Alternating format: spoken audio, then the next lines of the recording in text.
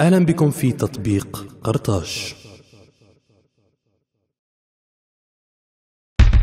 In the 6th century BC, the prophet Ezekiel celebrated the maritime strength and greatness of the city of Tyre, comparing it to a ship setting off to conquer the world. All the princes of the sea will descend from their throne, O Tyre, you who live on the avenues of the sea, you who do business with all peoples, you whose territory is at the heart of the seas. The cypresses of Senir built your sheathing. With the great trees of Bashan they made your rows and your oars. Your binnacles made of Kittim cypresses, encrusted with ivory, your sails made of Egyptian linen, and your nets made from violet purple from the islands of Elisha. Wise men are your sailors. All the ships of the sea and sailors were with you. Your oarsmen are from Sidon and Arwad. They are your soldiers. They are your strength. Carthage, the heir of Tyre, was also a great maritime power.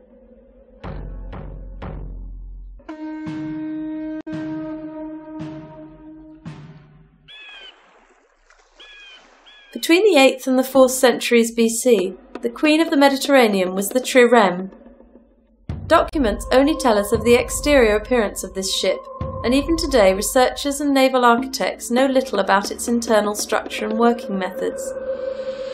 Its invention is almost certainly attributed to the Phoenicians, although the Greeks were said to have improved it. The boat was 35 metres long and 5.5 metres wide, using oarsmen who were spread over 3 superimposed plans. The spatial organisation was almost definitely made up of quincunxes. The third oarsman at the back probably used a shorter oar than the others. On the outside, only a row of bronze shields could be seen, which gave the ship the appearance of a moving fortress. This vessel was the pride of the war fleet that had been the fighting arm of Carthage for many years. The First Punic War against Rome had been a naval battle. According to ancient historians, the Carthaginian squadron, made up primarily of triremes, was impressive. Only the upper row was visible of this impenetrable fortress. The sailors on the 2 lower rows were spread out and protected at the back of the hull. With its platform on the upper row and closed all over, the ship resembled a tank. The ship could hold a crew of about 180 men, of which 150 had oars, the rest being responsible for various manoeuvres, from fighting to boarding techniques and the command post.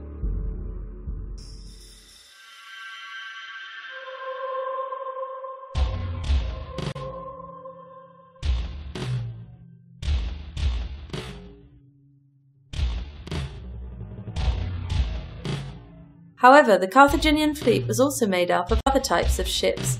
Smaller, wider, lighter, with no mast or sail, they were propelled primarily, if not uniquely, with oars. These ships had a single row of oarsmen, in groups of 3 or 2, and were known as moneres.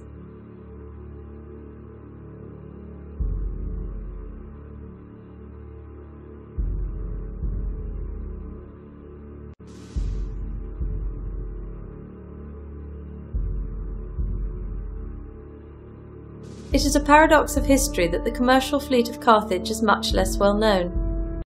In fact, commercial ships were of various types. They were propelled by sails and rigging, which were usually made of alpha. However, the oar remained essential for corresponding manoeuvres, coming in and out of port, turning and boarding. In fact, despite the use of the sail, the commercial oarships still existed in the Mediterranean Sea, where the absence of wind, especially in summer, prevented and hindered navigation.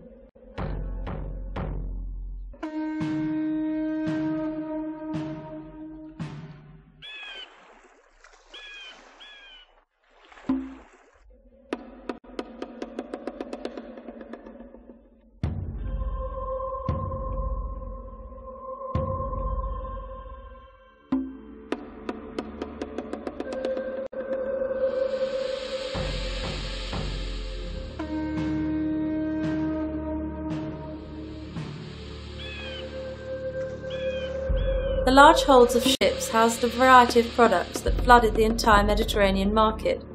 Ordinary products preserved in clay amphorae, precious metals, luxury products and worked objects, exotic animals.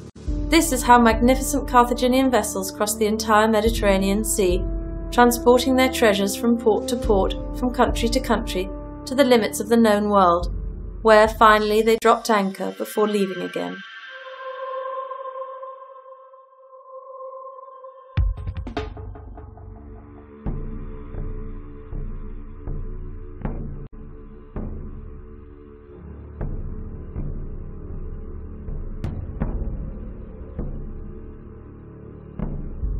These commercial ships existed many years before they became obsolete.